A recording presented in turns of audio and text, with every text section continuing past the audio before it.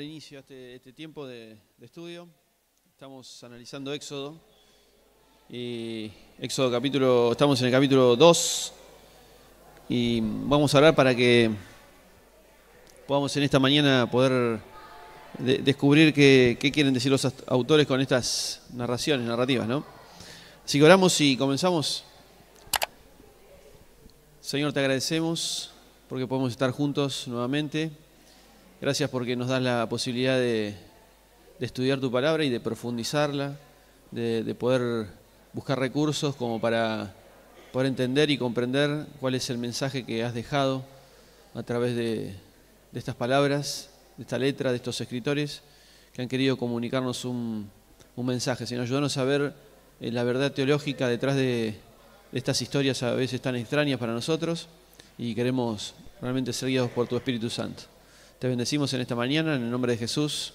Amén. Bien, estamos entonces analizando Éxodo, y recién pasamos por el capítulo 1 y un poquito del capítulo 2. Pero a modo de repaso, como para ver en dónde nos encontramos y cómo se divide también el diseño literario para poder comprender algunas divisiones del libro. Por ejemplo, nosotros tenemos en Éxodo capítulo 1 del 1 al 11, que es la introducción, que me conecta lo que es Génesis, el final de Génesis, con lo que va a contar en el Éxodo, ¿no? Entonces, en el principio de Éxodo vemos que dice que, había pasado que, ¿recuerdan el faraón, que ya había muerto José, sus hermanos, todo, y el faraón que estaba ahora ni conocía a José, ni conocía al pueblo de Israel, no tenía ningún tipo de contacto con nada, en referencia al pueblo del pacto? Entonces empezó a preguntarse, este grupo de hebreos que está entre nosotros, está creciendo, está aumentando, ¿no? Son muchos.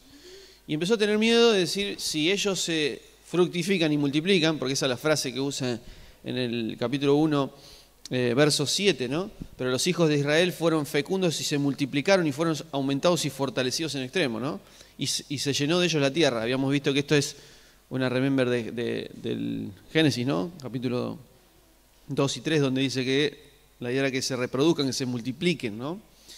Y como el pueblo de Israel en una tierra lejana empieza a crecer y multiplicarse, el faraón dice, esto puede ser peligroso.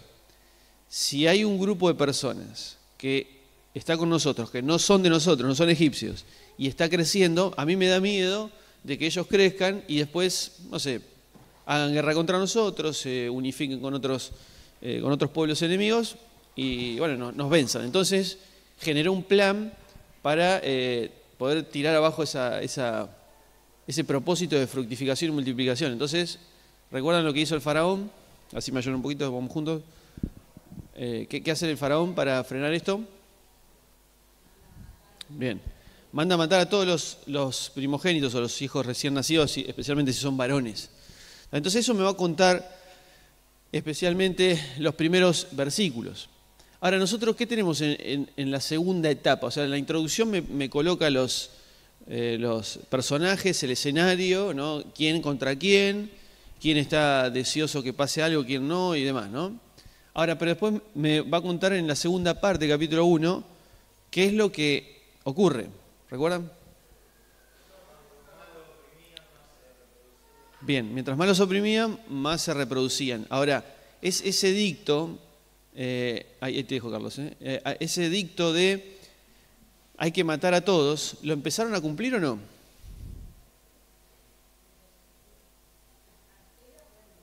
Bueno, probablemente muchos sí, pero en la narrativa me cuenta que hay personas que no lo van a hacer.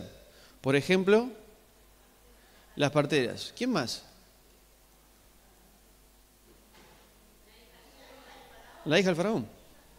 La hija del faraón no hace lo que debería hacer, o no hace lo que algunos interpretan que no necesariamente la hija del faraón es la hija del faraón. ¿Me siguen? O sea, es alguien que está dentro del palacio, puede haber tenido que ver, puede haber sido una hija, como también puede haber sido alguien con autoridad y demás. Pero esta mujer no obedece el edicto del faraón de asesinar a los hebreos. ¿Vos querías preguntar algo, Carlos?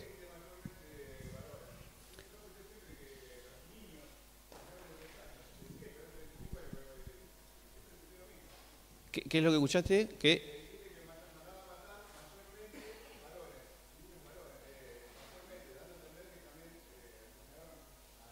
No, sí, quizás si dije así fue sin querer, pero no, es niños, sí, sí. No, quise decir mayormente en el sentido que la mayoría de los varones morían.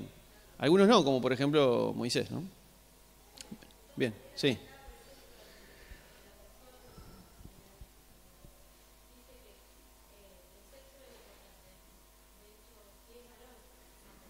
Exacto, sí, sí.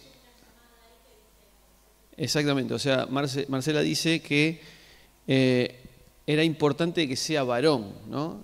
Hace la diferencia, que sea varón. De hecho, creo que dice, si es varón, tírenlo al Nilo, dice, ¿no? El 22, 1:22. Sin embargo, Faraón ordenó a todo su pueblo diciendo, echad al Nilo a todo hijo que nazca, pero a toda hija dejadla con vida, ¿no? Ahí está haciendo la diferencia. Varón.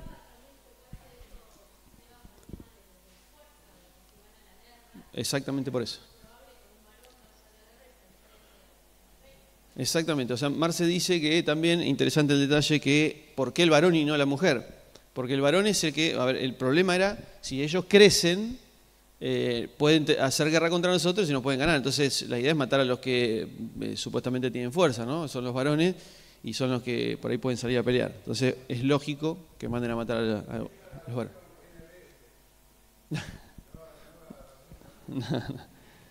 Bien, bueno, entonces tenemos esta estructura literaria que me introduce, después me dice que en esa introducción donde hay una orden, no todos lo están obedeciendo, ¿no? Entonces, pasamos al capítulo 2, que es lo que compartía Martín el domingo pasado, hace 15 días en realidad, y veíamos, por ejemplo, que en esta parte hay dos mujeres que salvan la vida de Moisés. ¿Quiénes eran? Bien, bueno, entonces podríamos decir tres. La hermana, la madre, ¿y quién más? Y la hija del faraón. ¿Ven? Entonces miren esto. Acá vamos a tener mujeres salvando a hebreos. ¿Me siguen? Es decir, en el capítulo 1 vemos a parteras. De hecho, se nos da el nombre. ¿Recuerdan los nombres? Sé que no tiene por ahí mucho sentido acordarse, pero Cifra y Fúa. Cifra y Fúa. Ahora, pero esto va a tener que ver con lo que vamos a... Una pavadita nomás, pero para entender el diseño. Entonces nosotros tenemos acá mujeres, Cifra, Fúa, la hermana, la madre de Moisés y la hija del faraón, que de alguna u otra manera están preservando la vida de los hebreos. ¿Tá? Porque si yo puse acá, va a haber una guerra, entre comillas, ¿no? Entre los egipcios y contra Israel. Estos quieren oprimir, estos son los opresores que oprimen a Israel, porque eso lo dice un montón de veces en el Éxodo, que los egipcios oprimen a Israel, ¿no? Pero hay mujeres que se interponen y evitan que el propósito de Faraón se lleve adelante, ¿no? Ahora, quiero simplemente decir esto, que acá hay un comienzo, una bisagra, donde empieza a ver esto de que las mujeres salvan, y termina en el capítulo 4, también donde hay una mujer que salva otra vez a Moisés. ¿Quién es en el capítulo 4? Séfora. ¿Quién es Séfora? Su esposa. Bien, entonces, miren, ¿cómo se llamaba una de las parteras? Cifra. ¿Cómo se llama la esposa de Séfora, ¿no? Son muy similares, inclusive en el hebreo, y la idea de los escritores bíblicos es que nosotros podamos, desde el punto del diseño literario, tener un cierto orden. O sea, desde el capítulo 1, verso 12 aproximadamente, hasta el final del 4, uno va a ver que hay como dos corchetes o dos paréntesis que están divididos por una mujer que salva, una partera, y una mujer que salva. ¿Está bien? Entonces la idea es dividir, porque después ya en el capítulo 5 va a empezar lo que es el proceso de liberación. Inclusive en el capítulo 5 empieza el proceso de liberación y empieza con Aarón dándole un beso a Moisés. ¿Y saben cómo termina ese toda esa narrativa de salvación en el capítulo 18 con alguien dándole un beso a Moisés. ¿Me siguen? O sea, la idea es que yo cómo hago para usar la literatura y tratar de, sin tener que explicar a los que van a leer, para que vos entiendas que esto va a ser una parte de la historia, acá va a ser otra. Bueno, yo te lo voy a hacer con estos detalles. Va a aparecer una mujer que va a salvar y va a aparecer una mujer que va a salvar. Y después empieza otro tema. ¿Me siguen? Así es como generalmente funciona la literatura de toda la escritura hebrea, para que nosotros podamos entender. Pequeño detalle. Entonces vamos ahora, sí, a leer lo que nos tocaba hoy, capítulo 2 de Éxodo, verso 11, pero voy a leer así medio rápido para no, porque es mucho material, por eso la idea era que ustedes leyeran en sus casas. Dice, verso 11, sucedió en aquellos días que siendo ya mayor, o sea, está empezando otra escena, ¿no? Acaba de contar de que la hija del faraón lo sacó de las aguas, ese rescate, ¿no? Sacarlo de las aguas. Y ahora dice que Moisés ya era grande. Moisés salió a sus hermanos y observó su servidumbre. Vio también a un egipcio que azotaba a un hebreo de entre sus hermanos. O sea, un egipcio contra un hebreo. Y él miró a uno y otro lado y viendo que no había nadie, mató al egipcio y lo escondió en la arena. Al día siguiente salió y aquí 2 hebreos estaban riñendo. O sea, ahora hay un hebreo contra otro hebreo. O sea, el egipcio no. Y dijo al agresor, ¿por qué golpeas a tu prójimo? Entonces uno de los hebreos respondió, ¿quién te ha puesto como príncipe y juez sobre nosotros? ¿Piensas acaso asesinarme como asesinaste al egipcio? Entonces Moisés tuvo temor y dijo, ciertamente el asunto ha sido descubierto, y Faraón quería matarlo, ¿no? Verso 16, sentado allí junto a un pozo vinieron, cuando Moisés sale, ¿no?, al desierto, 7 hijas que tenía el sacerdote de Madián, a sacar agua y llenar los pilones, los baldes, para brevar el rebaño de su padre. Pero llegaron los pastores y las echaron. Entonces Moisés se levantó en su defensa y abrevó el rebaño de ellas. Cuando ellas volvieron a Reuel, su padre les dijo, ¿por qué habéis venido tan pronto? Verso 19, un varón egipcio nos libró de la mano de los pastores y también diligentemente nos sacó agua y abrevó el rebaño. Entonces le dijeron, ¿dónde está ese varón? Tráiganlo.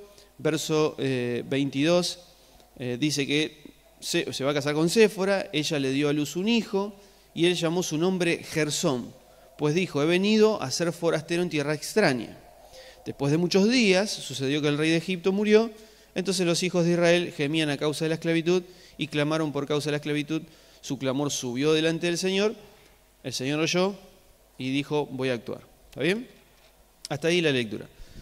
Lo hice un poco rápido, pero ¿qué es lo que ven en esta narración? O sea, ¿qué es lo que podemos sacar de esto? ¿Qué creen que puede ser importante? ¿Qué creen que no?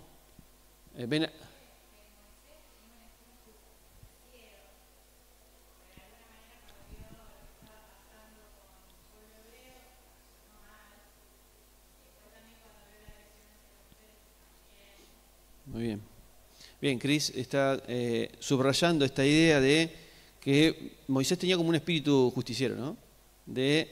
Yo veo que alguien está maltratando a otros e intervengo, ¿no?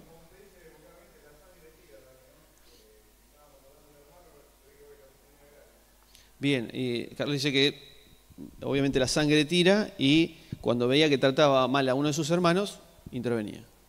¿Algo más? ¿Alguna cosa importante? ¿Sí, cortita?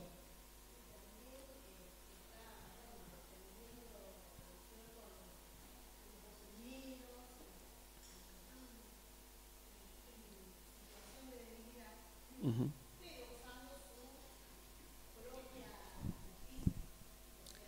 Ajá.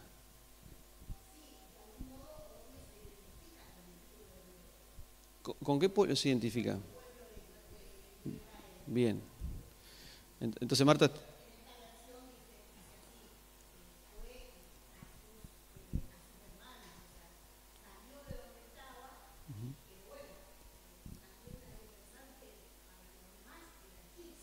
Exacto.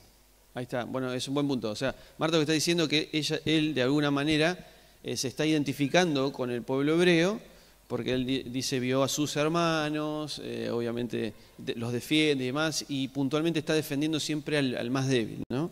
Pero Marta también pregunta, bueno, pero era egipcio también. Entonces la gran pregunta, ¿es egipcio o es hebreo?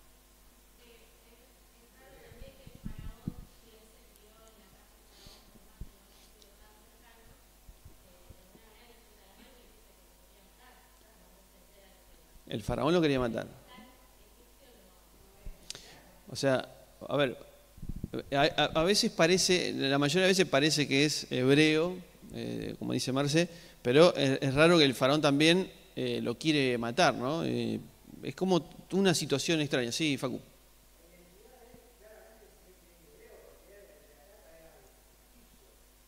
Ajá.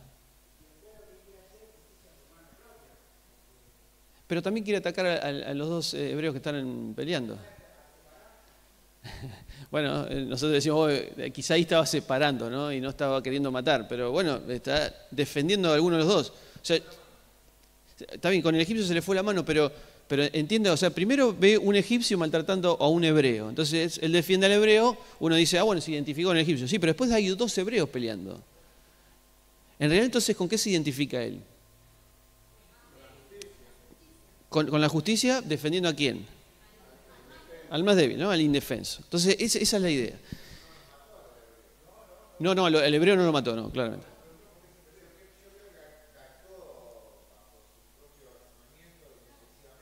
Totalmente.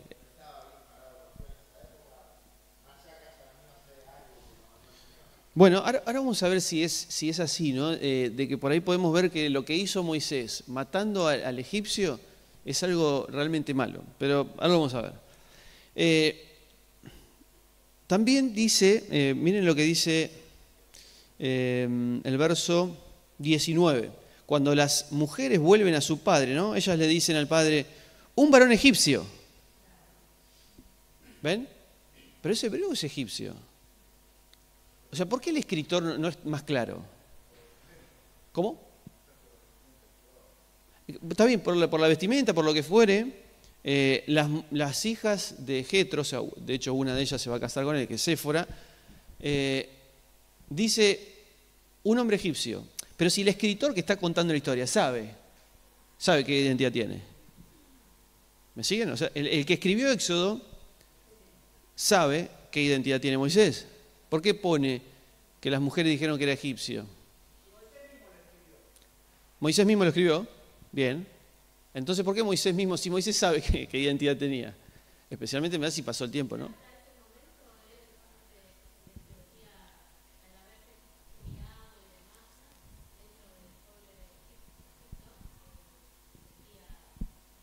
Está bien, quizá en ese momento vamos a suponer que se sentía egipcio, pero él escribió Éxodo mucho tiempo después, cuando ya sabía la identidad que él tenía, o ya pasó ese momento. ¿Por qué ahora está diciendo que las mujeres cuando van a contarle le dijeron al padre, un varón egipcio? ¿Por qué quiere poner ese detalle escrito?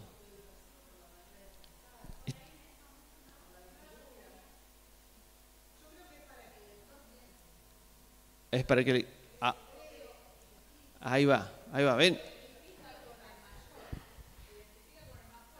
Bueno, ahí se identifica con el más fuerte, muy bien. Pero, ¿qué es lo que me quiere mostrar el escritor? O sea, ¿qué quiere lograr el escritor en este párrafo? Que no está, exacto, que no está identificado con ninguno. O sea, que le está costando a Moisés decir, ¿yo qué soy? Pero yo estuve viviendo toda mi vida en el palacio egipcio con la hija del faraón. Pero también yo vi a un hebreo y sentí eso de que es mi hermano. Entonces yo salí a defenderlo. Y entonces, esta es la idea, que en este párrafo, para que ustedes entiendan cómo funciona la escritura y qué es lo importante en esta parte, es la identidad de Moisés. Es decir, el escritor me quiere contar a través de distintos diseños literarios cómo él está dudando de su identidad, que soy egipcio, que soy hebreo. Después vamos a ver en el capítulo 3, no me toca ahora analizar esto, pero en el capítulo 3 también va a seguir Dios trabajando en eso. Pero yo quiero preguntarles esto, miren, y esto va a ser clave para entender toda la narrativa que acabamos de leer. El verso 11, vamos de nuevo. dice, sucedió en aquellos días que siendo ya mayor, Moisés salió a sus hermanos y observó su servidumbre, ¿no? O sea, cómo los maltrataban. Vio también a un egipcio que azotaba a un hebreo de entre sus hermanos. Verso 12, y él miró a uno y otro lado, y viendo que no había nadie, mató al egipcio y lo escondió en la arena. ¿Cómo, si ustedes tuvieran que actuar esta parte, ¿cómo lo harían? O sea que Moisés miró para uno y otro lado y viendo que no había nadie, mató al egipcio. ¿Cómo lo actuarían? ¿Mataría a todos los testigos? ¿Qué es lo que está mirando Moisés?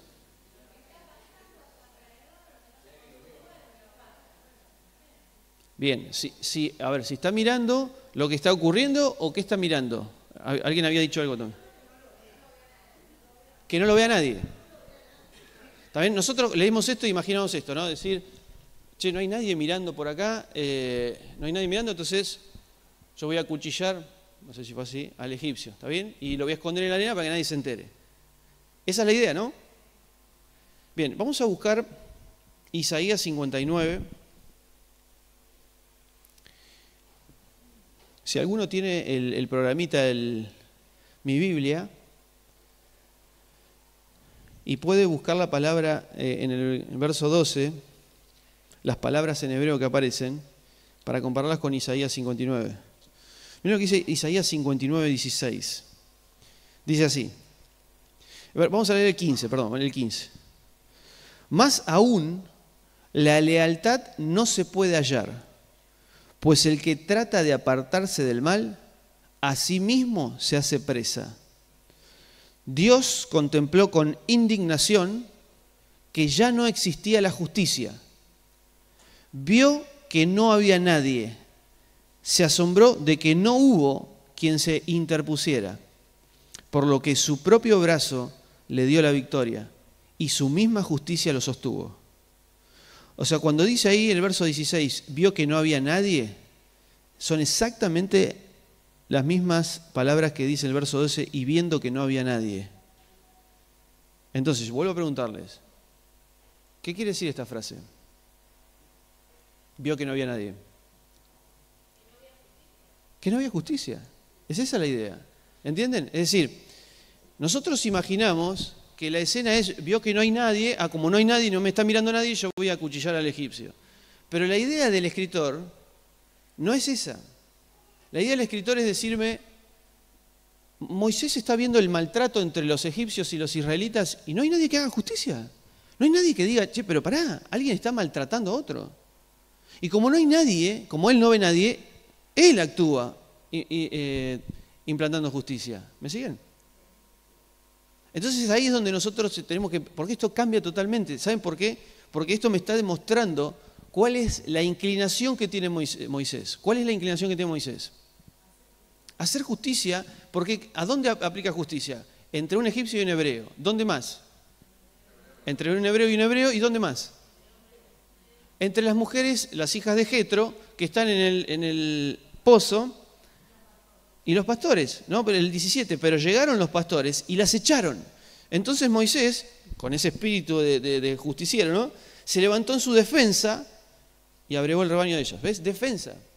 Él la inclina. Lo que me está mostrando este pasaje es ese deseo de Moisés de colocarse en manos o a favor de personas que están siendo maltratadas. De hecho, dice el verso 19 de Éxodo 2, que dice, las mujeres le dijeron a su papá, un varón egipcio nos libró de la mano de los pastores. Es la misma frase que aparece en el capítulo 3, verso 8. Dice Dios, descenderé pues para librarlo de la mano de los egipcios. Ven que usa la misma frase, o sea, Dios tiene esa intención de librar de la mano de los egipcios. Y es exactamente lo que está haciendo Moisés. En el capítulo 2 está librando de la mano, en este caso, de los pastores, ¿no? Que están maltratando a las mujeres. Pero pueden ver cómo Moisés está colocándose ya con una postura de su carácter, está empezando a manifestarse el carácter de querer defender a los menores. ¿Ven? Bien, entonces miren, ahora vamos a hacer un ejercicio con algunas palabras. Por ejemplo, en el verso 12 dice,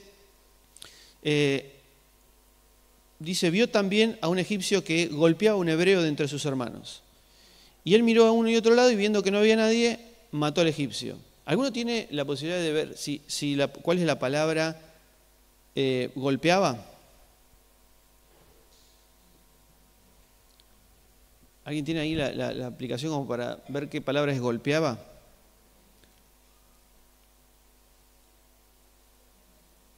Y también para buscar la palabra mató, golpear y matar. ¿Hay diferencia entre golpear y matar? En español, ¿no? En español nosotros leemos golpear no es lo mismo que matar, está claro, ¿verdad? Pero en el hebreo,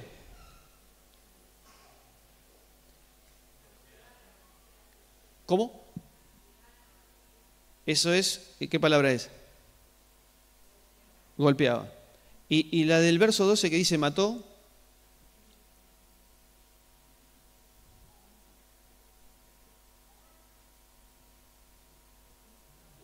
¿es la misma palabra? A ver, vamos de nuevo. En el hebreo, la palabra que nosotros traducimos como golpear es la misma que después se tradujo como matar. Pero si en el hebreo es la misma, ¿por qué traducen golpear y matar? ¿Me siguen? Digo, es la misma palabra en el hebreo, en las dos oraciones, pero en una se traduce golpear y en otra matar.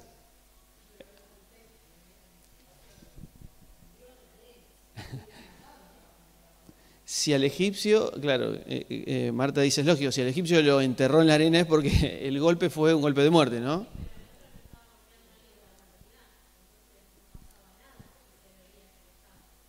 Bueno, claro, el egipcio, dice Marcela, no estaba, digamos, de alguna manera con cierta autoridad para tratar mal al hebreo, ¿no? Bien, entonces golpear es diferente a matar. Ahora, ¿quién más va a golpear en el libro de Éxodo? Por ejemplo, Moisés la roca. ¿Qué más? Bueno, las aguas. Bueno, también. ¿Qué más? ¿Quién más golpea? ¿Dios golpea?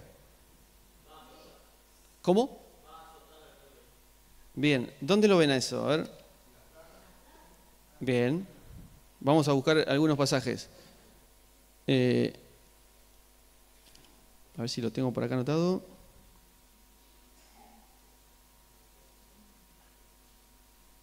Por ejemplo, Éxodo 3:20. ¿Qué dice? Éxodo 3:20.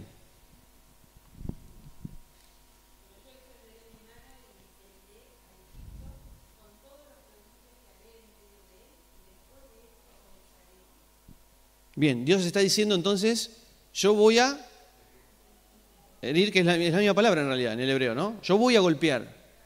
Bien, ¿qué dice capítulo 5, verso 14?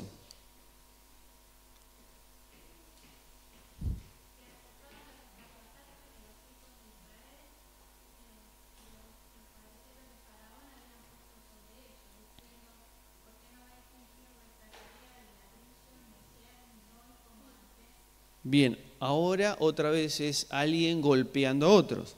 ¿Está bien? Ahora, miren lo que dice el verso. A ver si lo tengo acá. ¿Qué dice?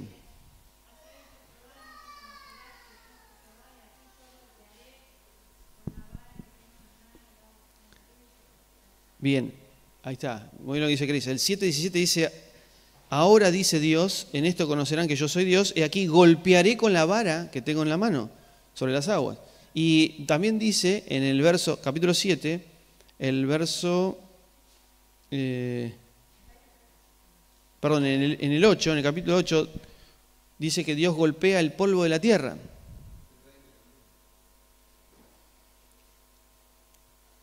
Exacto, bueno, ahí es Moisés y Aarón que golpean. Pero esta palabra, lo que quiero que por ahí nos demos cuenta, de que esta palabra golpear aparece muchas veces, o sea, la misma palabra. Pero en el relato que estamos leyendo nosotros, que nos toca a nosotros en el capítulo 2, es Moisés el que golpea. Pero después más adelante es Dios el que golpea. ¿Qué diferencia hay entre uno y otro?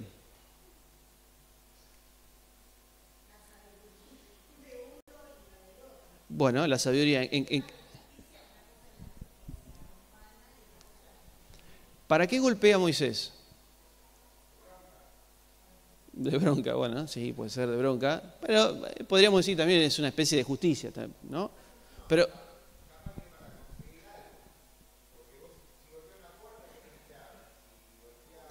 está bien, pero acá estás golpeando para asesinar, digamos, es fuerte. Pero, a ver, desde el lado de la justicia uno dice, bueno, la estaba maltratando, yo tuve una cierta buena intención, yo quiero hacer justicia. Pero cuando Dios golpea, ¿cómo golpea? Para corregir, para decir, para mostrar su historia. A ver, vamos un poquito más. ¿Por qué golpea a Dios? Para que dejemos de hacer algo que está mal. Bueno, eso podría ser en otro contexto, pero en el contexto de las plagas.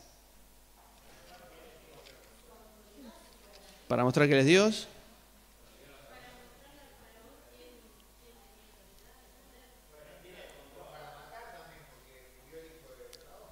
Bueno, es cierto. Eso fue el final, ¿no? El final ya es para matar. Pero, ¿cuál es la intención de Dios de golpear?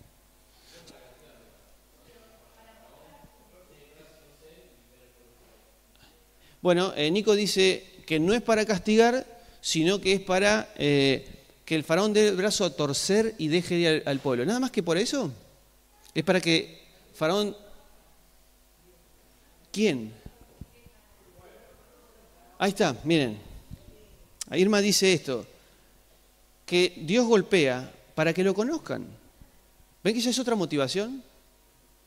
Es decir, yo golpeo porque quiero mostrarle al faraón quién es el que tiene el poder. Sí, exacto. Pero, a ver, yo puedo decir, yo quiero mostrar mi poderío, pero eso suena un poco también hasta caprichoso, banal, arrogante, ¿no? Quiero hacer algo para mostrar mi poder. Bueno, uno lo ve a Dios, qué lindo el poder que tenés, pero... No, pero ¿por qué quiere mostrar el poder? Él tiene una buena intención. Él quiere que el faraón y los egipcios lo conozcan. Entonces él golpea... Sí, Dani. ¿Pero qué es lo que quiere corregir?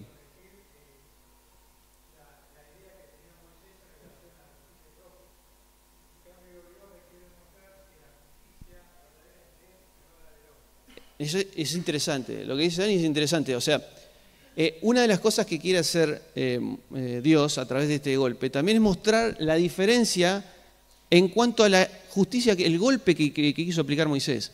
El golpe de Moisés es para ajusticiar y castigar al que está teniendo un trato injusto. ¿Me siguen? Ahora, pero Dios está golpeando para mostrarle al pueblo de Egipto quién es Él, porque Dios quiere que ellos lo conozcan. Ese es el objetivo. Exacto. Faraón es un dios para ellos, ¿no? Y todas las plagas están apuntadas a uno de los dioses, ¿no? Inclusive el Nilo. Pero ¿recuerdan cuando viene la plaga de las ranas? Que Moisés le dice a Faraón, mira, está lleno de ranas, ¿no te gustan, no? No, no me gustan. Ok, vos decime qué día querés que las ranas se vayan. Entonces Faraón dice, mañana. Entonces Moisés le dice a Dios, dijo mañana. Al otro día las ranas empiezan a hacer las valijas y se van. Entonces, ¿qué está queriendo mostrar con eso Dios? Sí, ahí está. ¿A quién? Al faraón, al pueblo egipcio, a Moisés, a todos. ¿Conocen o no conocen los hebreos a Dios? Pero tiene que ser sí o no. ¿Conocen los hebreos sí o no a Dios? ¿Conoce Moisés a Dios? ¿Sí o no? Pero Moisés, ¿conoce o no conoce a Dios? ¿En qué momento? Después de la zarza, pero antes no lo conoce. Si le pregunta, si me dicen los hebreos en nombre de quién vengo, ¿qué le digo? No lo conoce. Moisés no conoce a Dios. Sí, Facu. En teoría sí.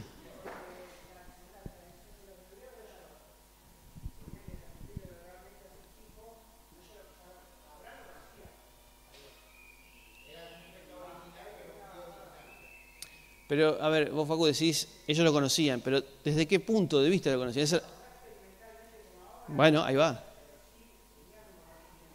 Sí, un conocimiento es como decir, yo sé que existe alguien, pero acá la pregunta es, ¿saben qué clase de Dios es el Dios que quiere, que nos ha elegido como pacto para sacarme de la esclavitud y llevarme a adorarlo a Él?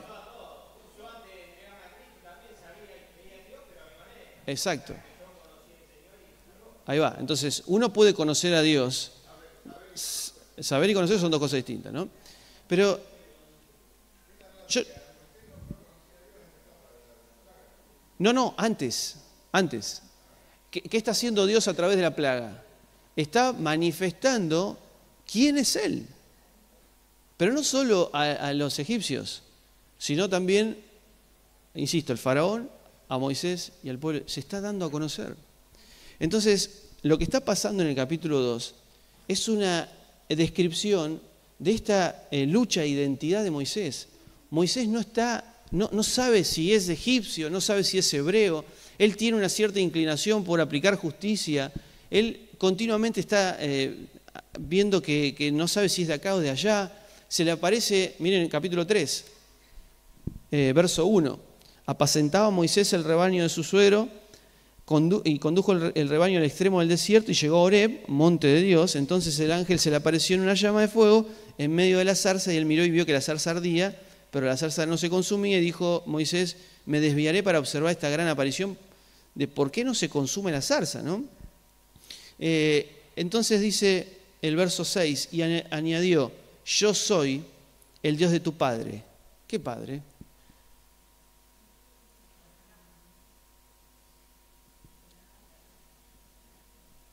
¿Qué padre? Pero después dice, el Dios de Abraham. ¿El padre de Moisés? Entonces, ahí es donde empieza, a ver, si vos tenés un problema de identidad, lo que me está contando el escritor es cómo Dios se aparece y dice, yo soy el Dios de tu padre. O sea, ¿qué sos vos entonces? ¿Qué sos? Hebreo. Sos parte del pueblo del pacto. O sea, si yo soy Dios de tu padre, soy Dios de Abraham, de Isaac y de Jacob, o sea, vos sos parte de este pueblo que hizo un pacto con Dios. Estoy intentando que entiendas cuál es tu identidad, le está diciendo Dios. ¿Se entiende? Es más, hasta el suceso que vamos a ver en el capítulo 4, que es cuando, recuerdan que Dios le dice, andá a hablar con el faraón. Y Moisés sale y dice que Dios lo quiso matar. ¿Cómo que Dios lo quiso matar? Dios quiso hacerlo morir, dice el capítulo 4.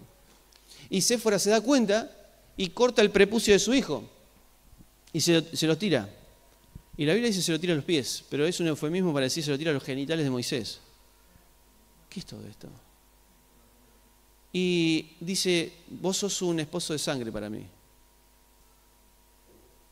Se termina la historia y se va. Y uno dice, ¿pero qué es todo esto? Eso también es parte de la definición de su identidad. ¿Por qué? Lo vamos a ver después, pero... ¿Qué era ese?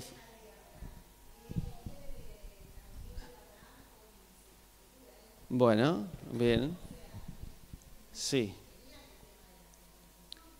Bueno. Sí, claro.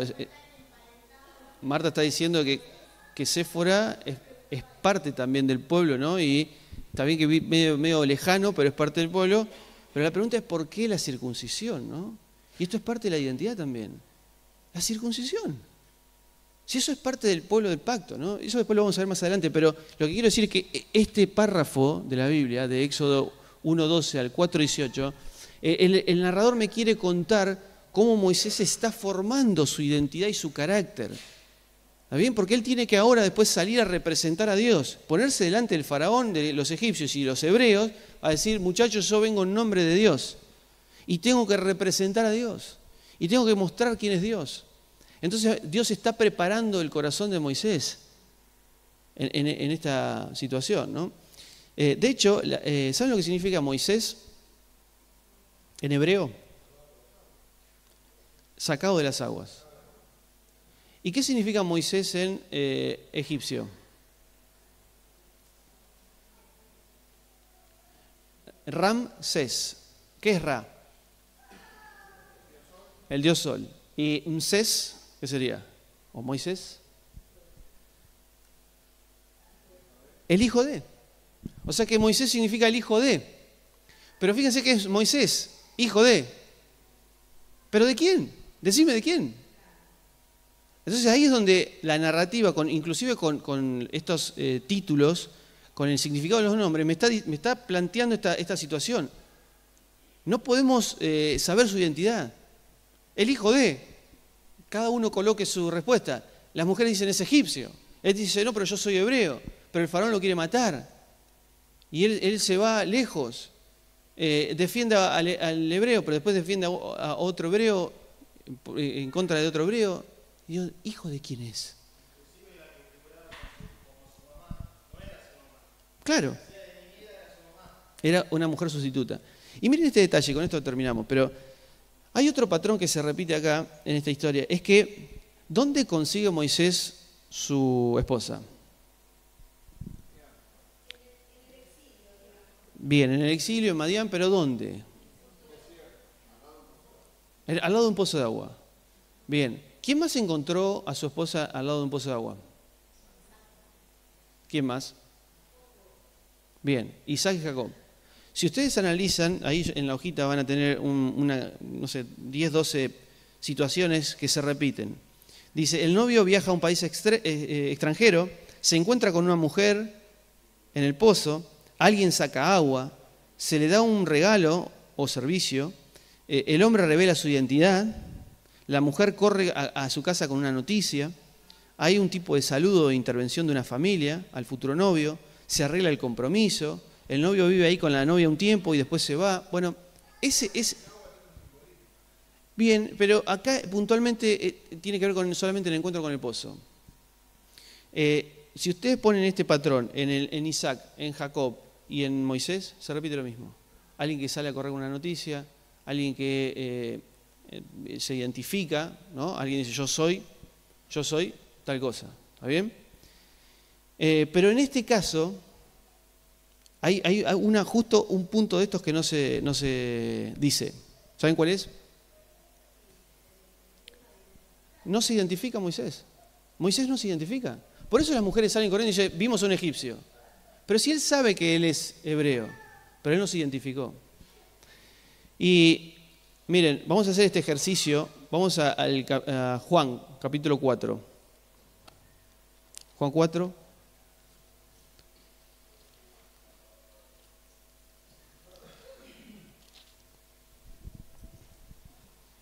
Verso 5. Dice, llega pues a una ciudad Jesús de Samaria, llamada Sicar, cerca del campo que Jacob había dado a su hijo José. Justo aparece Jacob ahí, ¿no? En donde estaba el pozo de Jacob, ¿no? El pozo de Jacob. Y Jesús, cansado del camino, se sentó así sobre la fuente. Era como la hora sexta, o sea, las 12 del mediodía. Y llegó una mujer de Samaria para sacar agua. Y Jesús le dice, dame de beber. Verso 9. La mujer le dice, ¿cómo tú siendo judío me pides de beber a mí que soy una mujer samaritana? ¿No? Porque se odian los samaritanos y judíos. Jesús le dice, si conocieras el don de Dios y quién es el que te dice, dame de beber, tú le pedirías si él te daría agua viva. ¿No? Y ella le dice, pero si no tenés con qué sacarla, ¿de qué agua me hablás? Bueno, vos sos mayor que nuestro padre Jacob. Bien. Y termina la historia, ella sale corriendo a contar la noticia. ¿Tiene esto algo que ver con el suceso anterior que leímos? ¿Coinciden estos parámetros que habíamos puesto? Entonces, Jesús se identificó. ¿Cómo se identifica Jesús en esta historia?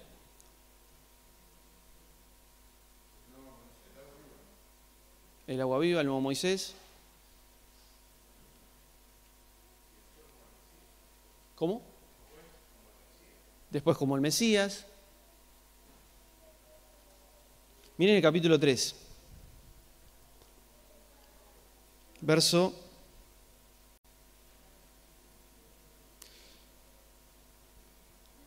28. 3:28, o sea, 7, 8 versículos antes de esta historia. Y dice: vosotros mismos me sois testigos de que dije, yo no soy el Mesías. Está hablando Juan el Bautista, ¿no? O sea, que hay otro Mesías, o sea, otro ungido, sino que ha sido enviado delante de él. El que tiene la esposa es el esposo, pero el amigo del esposo que ha estado a su lado y lo oye, se alegra en gran manera por la voz del esposo. Así pues, este gozo mío ha sido cumplido. ¿Quién es el esposo? ¿Quién es el amigo del esposo en esta historia? Juan el Bautista. ¿Quién es el esposo? Entonces, si Jesús es el esposo, ¿qué hace después en el capítulo siguiente el escritor contándome que Jesús va a un pozo? ¿Cómo se quiere mostrar Jesús? Como el esposo. Que es el esposo que está esperando a Israel desde hace años. Que ya hay un montón de profecías. Marido tuyo soy, dice tu hacedor. Entonces, cuando él aparece al lado de un pozo y hablando con una mujer y de hecho le pregunta, ¿podés traer a tu esposo? No, tengo 5. Es cierto, tenés 5. No tenés esposo. ¿Pero sabés cuál te falta? Jesús dice, este esposo. ¿Entienden? Y lo mismo ocurre en Juan capítulo 2. O sea, estamos en Juan 3, Juan 4, Juan 2. Jesús está en la boda de Caná. Y él transforma el agua en vino. ¿Y cómo se manifiesta ahí? ¿Como quién?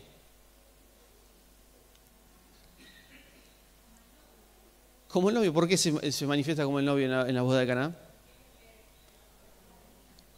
Exacto. Cris dice, ¿quién es el encargado de traer el vino? El novio. Entonces, y si Jesús trae el vino, ¿qué es Jesús entonces? El novio. Esa fue la primera señal que hizo Jesús. No transformar el agua en vino, mostrarse como el novio, como el esposo. Por eso es el capítulo 2. El capítulo 3 me dice Juan el Bautista, el que tiene la esposa le dice el esposo, yo soy el amigo. Y en el capítulo 4 Jesús aparece en un pozo mostrándose como el esposo. Parece ¿Se entiende? Así es como funciona la literatura. La idea es colocar escenas y figuras que me están intentando expresar algo más que lo que está pasando. ¿Se entiende? Si Jesús está en un pozo, ¿y a quién le importa? No, pero a los hebreos sí le importa, porque todos los padres de la fe, o algunos padres de la fe, encontraron a su esposa al lado de un pozo de agua. Entonces Jesús se está mostrando como el esposo. Y por último, ¿cómo le puso Moisés a su hijo? Con Séfora. Gersón. ¿Qué significa Gersón? Soy extranjero. ¿Se dan cuenta que sigue hablando de la identidad de Moisés? Soy extranjero, dice. ¿Qué nombre vamos a poner a nuestro hijo? Uno que signifique extranjero soy. ¿Dónde es extranjero él? En Madián. ¿En dónde? En todos lados es extranjero Moisés. Si está en el palacio, no soy de aquí ni de allá, no, estoy en el palacio del faraón y yo no soy de ahí. Pero él quiere identificarse con los hebreos y los hebreos dicen, ¿quién sos vos? ¿Vos te querés hacer juez o rey? Afuera. Y va a Madián, ¿y qué es de ahí? No, tampoco es de ahí. Entonces, claro, a su hijo le va a poner extranjero soy. ¿Ven cómo los escritores utilizan, obviamente usados por Dios, utilizan estos diseños literarios para expresar la intención que tienen todas estas escrituras? Para que yo no me vaya con cualquier otro detalle, que no saque conclusiones quizá fuera de lo que quieren expresar la Biblia. Lo que me quiere expresar Éxodo 2 es que Moisés está definiendo, o Dios está definiendo la identidad de Moisés, para que Moisés sea usado como un mediador para liberar al pueblo de Egipto. Porque Dios está pensando en la salvación ¿de quién? De todas las naciones, porque en ti serán benditas todas las naciones. Entonces yo necesito elegir a una persona para que saque un pueblo y ese pueblo se va a transformar en un medio para bendecir a todas las naciones. Entonces Dios está pensando en bendecir a las naciones. Por eso golpea con las plagas. Él dice que...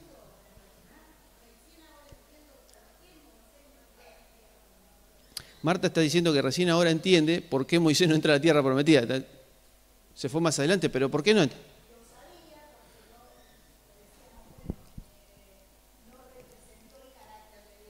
Exacto. Claro. Pero ahora cierra la idea, porque Moisés no entra a la tierra prometida, no porque no obedeció a Dios, no porque no se enojó, no, porque dice la Biblia misma, no me santificaste delante del pueblo, no mostraste mi carácter, mostraste el tuyo. El tuyo es golpear enojado y decir, ustedes rebeldes, ahí tienen el agua. Y Dios dijo, yo no te dije que dijeras eso. Yo sé que son rebeldes, claramente, los conozco porque, es más, yo mismo los inventé.